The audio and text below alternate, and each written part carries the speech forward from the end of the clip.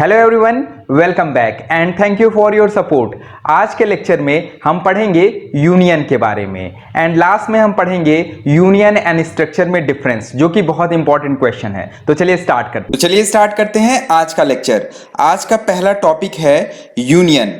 तो यूनियन की डेफिनेशन है, union is a collection of different data type are integer, float and character, और जो हमारे एलिमेंट्स होंगे यूनियन के वो हमारे मेंबर कहलाएंगे। तो यूनियन हमारा heterogeneous collection of data type होता है। जैसे हमारा structure collection of different data type होता था, वैसे ही हमारा यूनियन भी collection of different data type होता है। देखिए यहाँ पे हमने एक एग्जांपल ले रखा है। एक हमारा एम्प्लॉय एंटिटी है और इसके डिफरेंट एट्रीब्यूट हैं, आईडी, सैलरी एंड नेम। यहाँ पे देखिए हमने डेटा टाइप के साथ बना रखा है। जो नेम है हमारा वो कैरेक्टर टाइप का है, आईडी जो है इंटीजर टाइप की है, सैलरी जो है वो फ्लोट टाइप की है। तो देखिए ये हमारे तीनों एट्रीब्यूट डिफरेंट टाइप के हैं, तो इसका इंप्लीमेंटेशन हम यूनियन के थ्रू करेंगे। नेक्स्ट हम सिंटैक्स देख लेते हैं यूनियन को डिफाइन करने के लिए। यूनियन को डिफाइन करने के लिए यूनियन कीवर्ड यूज होता है। तो सबसे पहले हम कीवर्ड लिखेंगे, देन यूनियन का कोई एक नेम लिख लेंगे और कर्ली ब्रैकेट के अंदर जितने भी हमारे एट्रीब्यूट हैं उसको डेटा टाइप के साथ लिख देंगे और लास्ट में सेमीकोलन लगा देंगे। यूनियन का कर्ली ब्रैकेट बंद करने के बाद हम यहाँ सेमीकोलन लगा देंगे। देखिए यहाँ पे एक एग्जांपल हमने ले रखा है। यहाँ पे एक एम्प्लॉय का हमने यहाँ पे यूनियन क्रिएट किया है। तो सबसे पहले कीवर्ड लिखा है, देन यहाँ पे एम्प्लॉय नाम रखा है यूनियन का, और इसके अंदर तीन एट्रीब्यूट, इंटीजर टाइप का आईडी, कैरेक्टर टाइप का नेम जो कि कैरेक्टर का एक एरे है जिसकी साइज 20 है, एंड फ्लोट टाइप का सैलरी यहाँ पे लिया है। उसके बाद इसको क्लोज करके सेमीकोलन लगा दिया है। तो यहाँ पे हमने एम्प्लॉय का एक यूनियन क्रिएट किया है। हमने प्रीवियस लेक्चर में बताया था कि structure is also a collection of different data type. तो हमारे एक्चुअली यूनियन और स्ट्रक्चर में क्या डिफरेंस होता है ये देख ले। देखिए स्ट्रक्चर के केस में क्या होता है, यहाँ पे एम्प्लॉय का एक स्ट्रक्चर हमने बनाया है और इसके अंदर तीन डेटा टाइप है। कैरेक्टर टाइप का एक वेरिएबल एक्स है, इंटीजर टाइप का वाई है, एंड फ्लोट टाइप का जेड है, और इसका एक वेरिएबल E1 क्रिएट किया है। तो यहाँ पे अगर हमको ये पता करना हो कि E1 की साइज कितनी है, तो ये जो हमारा summation of all data type होता है साइज, वो हमारा टोटल साइज हो जाएगा। तो कैरेक्टर हमारा 1 बाइट स्पेस लेता है, इंटीजर 2 बाइट स्पेस लेता है, फ्लोट हमारा 4 बाइट स्पेस लेता है। इट मींस इस स्ट्रक्चर का टोटल साइज जो हो गया वो 7 बाइट। लेकिन जब हम यूनियन की साइज कैलकुलेट करेंगे तो यूनियन में देखिए हमने सेम जैसे स्ट्रक्चर का क्रिएट किया था वैसे ही यूनियन क्रिएट किया है। यहाँ पे कीवर्ड बस चेंज कर दिया है।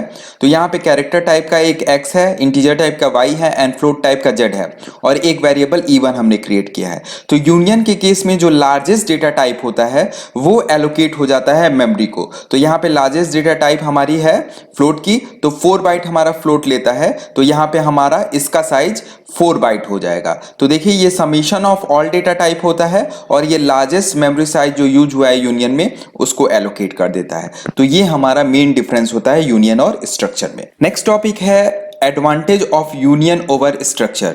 देखिए हमारा यूनियन में स्पेस हमारा कम लगता है, लेकिन हमारा स्ट्रक्चर में स्पेस हमारा ज्यादा लगता है। हमारी यूनियन में स्पेस कम लगता है क्योंकि ये लार्जेस्ट मेंबर के साइज को ऑक्युपाई करता है, लेकिन स्ट्रक्चर के केस में summation of all data type हम लेते हैं। Next one is disadvantage of union over structure.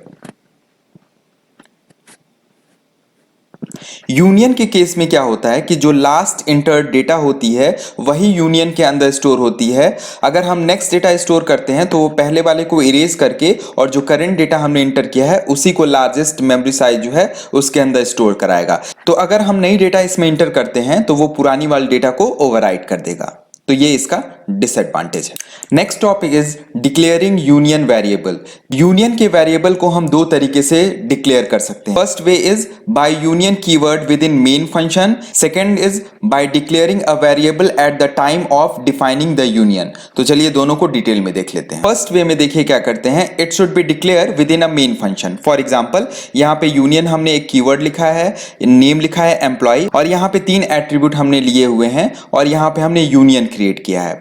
तो जब हमको यहाँ पे फर्स्ट वे से वेरिएबल क्रिएट करना है तो हम मेन फंक्शन के अंदर लिखेंगे union employ E1 E2।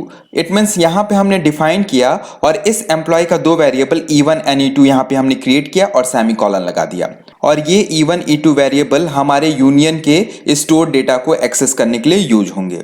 Second way is to declare variable at the time of defining the union. अब देखिए यहाँ पे हम यूनियन डिफाइन कर रहे हैं, तो यहाँ पे हमने सेमीकोलन से इसको क्लोज नहीं किया है, यहीं पे हमने वेरिएबल e1 e2 डिक्लेयर कर लिया है। जब हम यूनियन को यहाँ पे डिफाइन कर रहे हैं तभी हम यहाँ पे वेरिएबल को डिफाइन कर सकते हैं। तो ये हमारा सेकंड वे है। Next topic is which approach is good. जब हमारे नंबर ऑफ वेरिएबल हमारे फिक्स रहेंगे देन हमारा फर्स्ट अप्रोच ज्यादा अच्छा रहेगा, because it provides the flexibility to declare the union variable many times. और जब हमारे नंबर ऑफ वेरिएबल फिक्स नहीं रहेंगे देन हमारा सेकेंड अप्रोच अच्छा होगा, because it save the code to declare the variable in main function. तो हमारे नंबर ऑफ वेरिएबल अगर फिक्स नहीं है तो फर्स्ट अप्रोच यूज होगा, और नंबर ऑफ वेरिएबल हमारे फिक्स हैं तो सेकेंड अप्रोच यूज होगा। Next topic is accessing member of the union. यहाँ पे हमारे दो तरीके होते हैं यूनियन मेंबर्स को एक्सेस करने के। First one is using dot operator, second one is using arrow operator या फिर यूजिंग पॉइंटर ऑपरेटर। यहाँ पे हम डॉट ऑपरेटर का यूज करके यूनियन मेंबर्स को एक्सेस करेंगे, जब हम पॉइंटर पढ़ेंगे देन एरो ऑपरेटर का यूज करके भी हम मेंबर्स को एक्सेस करेंगे। तो चलिए अब एक प्रोग्राम कर लेते हैं। प्रोग्राम का ऑब्जेक्ट है write a C program to enter and print to books information using union. तो सबसे पहले हेडर फाइल लिख लिया, देन यहाँ पे एक यूनियन हमने एम्प्लॉय नाम का क्रिएट किया है। इसके एट्रीब्यूट्स हैं इंटीजर टाइप का आईडी, कैरेक्टर टाइप का एक एरे हमने नेम ले रखा है जिसकी साइज 50 है, और फ्लोट टाइप का सैलरी ले रखा है, और यहाँ पे e1 और e2 दो वेरिएबल क्रिएट किए हुए हैं। देखिए यहाँ डबल स्लैश के साथ हमने कमेंट लिखा है, ये लाइन हमारी एग्जीक्यूट नहीं होगी, ये हमने प्रोग्राम को यूजर फ्रेंडली बनाने के लिए लिखा हुआ है। देन हमने प्रिंटफ स्टेटमेंट लिखा है इंटर फर्स्ट एम्प्लॉय इन्फॉर्मेशन, तो ये एज इट इज स्क्रीन पे लिख के आ जाएगा। उसके बाद जो तीन एट्रीब्यूट्स हैं एक एक करके हम वैल्यू को इंटर कराएंगे। अगर हम चाहते हैं तो एक ही स्कैनअप स्टेटमेंट के अंदर तीनों वैल्यू को इनपुट करा सकते थे।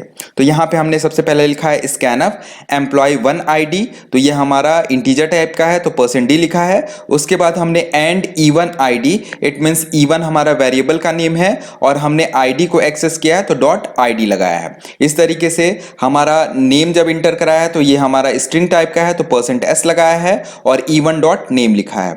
थर्ड हमारा एम्प्लॉय सैलरी, ये हमारा फ्लोट टाइप का है तो हमने %f लिखा है और e1 डॉट सैलरी लिखा है। तो ये तीनों वैल्यू को हमने यहाँ पे इंटर कर लिया। इसी तरीके से हमने लिखा है printf enter second employee information, और सेकंड एम्प्लॉय के तीनों एट्रीब्यूट की वैल्यू हमने यहाँ पे इंटर कर लिया है। देन उसके बाद हमने यहाँ एक कमेंट लिखा है प्रिंटिंग फर्स्ट एम्प्लॉय इंफॉर्मेशन, और यहाँ पे हमने प्रिंट स्टेटमेंट लिखा है 3 और पहले एम्प्लॉय के तीनों एट्रीब्यूट को प्रिंट कराया है। तो हमने प्रिंट कराया है एम्प्लॉय 1 आईडी, ये इंटीजर टाइप का है तो %d e1 dot ID, then हमने नेम प्रिंट कराया है तो %s e1 dot name, then salary print कराया है, ये फ्लोट टाइप की है तो %f e1 डॉट सैलरी। और इसी तरीके से सेकंड एम्प्लॉय की भी इंफॉर्मेशन को हमने यहाँ पे प्रिंट कराया है और यहाँ पे गेट cs लगा करके मेन फंक्शन को क्लोज कर दिया है। तो जब इस प्रोग्राम को इंटर कराएंगे इस प्रोग्राम को जब रन कराएंगे तो सबसे पहले हमको फर्स्ट एम्प्लॉय की इंफॉर्मेशन इंटर करनी पड़ेगी, देन सेकंड की इंटर करनी पड़ेगी, देन दोनों हमारे एम्प्लॉय की इंफॉर्मेशन प्रिंट होके आ जाएगी। नेक्स्ट हमारा टॉपिक है एरे ऑफ यूनियन इन सी। देखिए अगर हमारे 2 या 3 एम्प्लॉय की इंफॉर्मेशन हमको इनपुट करने होती देन हम e1 e2 2 या 3 वेरिएबल ले सकते थे, लेकिन सपोज करिए अगर 50 एम्प्लॉय की इंफॉर्मेशन हमको इंटर करनी है देन हमको 50 वेरिएबल क्रिएट करने पड़ेंगे इस यूनियन के। अगेन हमारी कॉम्प्लेक्सिटी इंक्रीज होगी। देन हम यहाँ पे क्या करेंगे कि जो यूनियन हमने क्रिएट किया था उसका एक एरे क्रिएट कर देंगे साइज 50 का, और इजीली हम यहाँ पे कॉम्प्लेक्सिटी को रिड्यूस कर देंगे।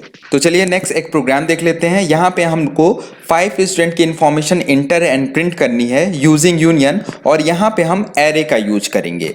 तो यहाँ सबसे पहले हेडर फाइल लिख लिया, एक वेरिएबल इंटीजर टाइप का आई लिया है लूप को चलाने के लिए। देन उसके बाद यूनियन हमने क्रिएट किया है स्टूडेंट नाम का, और यहाँ पे इसके दो एट्रीब्यूट हैं इंटीजर टाइप का रोल नंबर और कैरेक्टर टाइप का एक एरे बनाया है नेम, और इसके बाद हमने वेरिएबल क्रिएट किया है, ये हमने एरे क्रिएट किया है इस यूनियन का। तो हमने लिखा है यूनियन स्टूडेंट st5।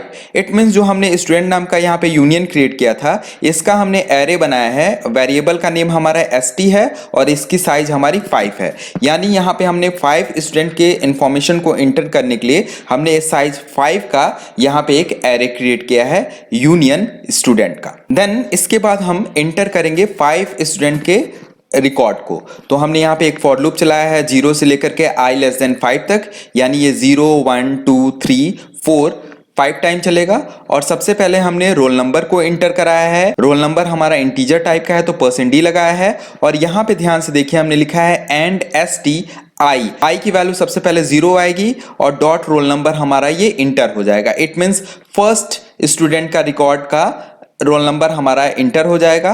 देन इसके बाद हमने इंटर किया है इंटर नेम और %s स्पेस पर लगा है क्योंकि ये कलेक्शन ऑफ कैरेक्टर था और लिखा है एंड STI डॉट नेम। तो यहाँ पे आई की जगह पे 0 आ जाएगा और ये फर्स्ट जो हमारा स्टूडेंट है उसके रिकॉर्ड का हमारा नेम यहाँ पे इंटर कर देगा।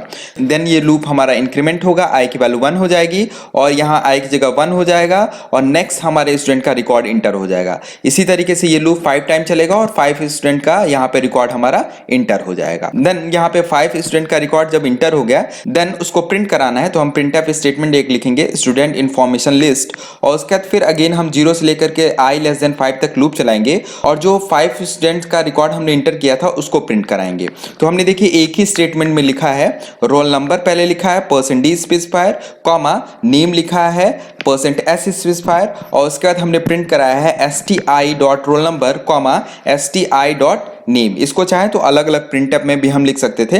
तो जब आई की जगह 0 आएगा तो फर्स्ट स्टूडेंट का रिकॉर्ड हमारा रोल नंबर और नेम प्रिंट कर जाएगा।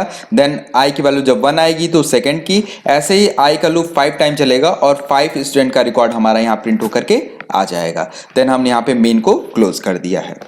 नेक्स्ट हमारा टॉपिक है difference between structure and union. ये बहुत ही ज़्यादा इंपॉर्टेंट टॉपिक है, मैक्सिमम टाइम एग्जाम में पूछा जाता है। तो यहाँ पे हमने सबसे पहले स्ट्रक्चर का ब्लॉक बनाया है, देन यूनियन का ब्लॉक बनाया है और यहाँ पे जो फीचर हम डिस्कस करने जा रहे हैं उसको हमने लिखा है। तो कीवर्ड सबसे पहले डिस्कस करते हैं। हमारा स्ट्रक्चर में स्ट्रक्ट कीवर्ड यूज होता है, यूनियन में हमारा यूनियन कीवर्ड यूज होता है।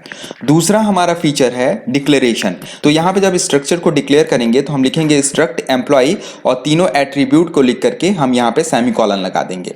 जब यूनियन को डिक्लेयर करेंगे देन यहाँ पे हम यूनियन कीवर्ड लिखेंगे, नेम लिखेंगे और तीनों एट्रीब्यूट का लिख करके सेमीकोलन लगा देंगे। नेक्स्ट हमारा डिफरेंस है मेमोरी मैनेजमेंट। तो स्ट्रक्चर के केस में जितने भी हमारे डेटा टाइप यूज हुए हैं उसके साइज का समेशन हमारा स्ट्रक्चर में एलोकेट होता है। तो यहाँ पे हमने एक एग्जाम्पल लिखा है स्ट्रक्ट एम्प्लॉय और इसके अंदर 3 एट्रीब्यूट लिए हैं, कैरेक्टर टाइप का नेम, इंटीजर टाइप का ID और फ्लोट टाइप का सैलरी। तो इसकी मेमोरी टोटल हो जाएगी, कैरेक्टर 1 बाइट स्पेस लेता है, इंटीजर 2 बाइट स्पेस लेता है, फ्लोट 4 बाइट स्पेस लेता है। तो समीशन इसका हो जाएगा 7 बाइट। इट मींस इस स्ट्रक्चर का जो टोटल मेमोरी ऑक्युपाई होगा वो 7 बाइट का होगा।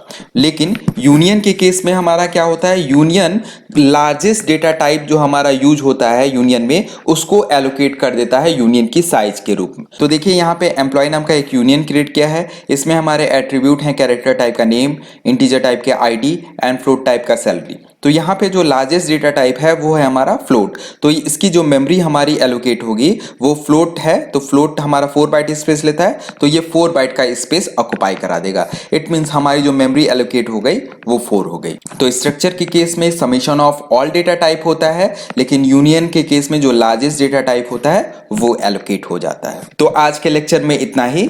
नेक्स्ट लेक्चर में हम लोग पढ़ेंगे स्ट्रिंग टॉपिक। तो अगर आपने मेरा चैनल अभी तक सब्सक्राइब नहीं किया है देन प्लीज सब्सक्राइब कर दीजिए और बगल में बने हुए बेल आइकन को भी जरूर प्रेस कर दीजिएगा और वीडियो को लाइक, कमेंट एंड शेयर करना मत भूलिएगा। तो मिलते हैं नेक्स्ट लेक्चर में। Thank you.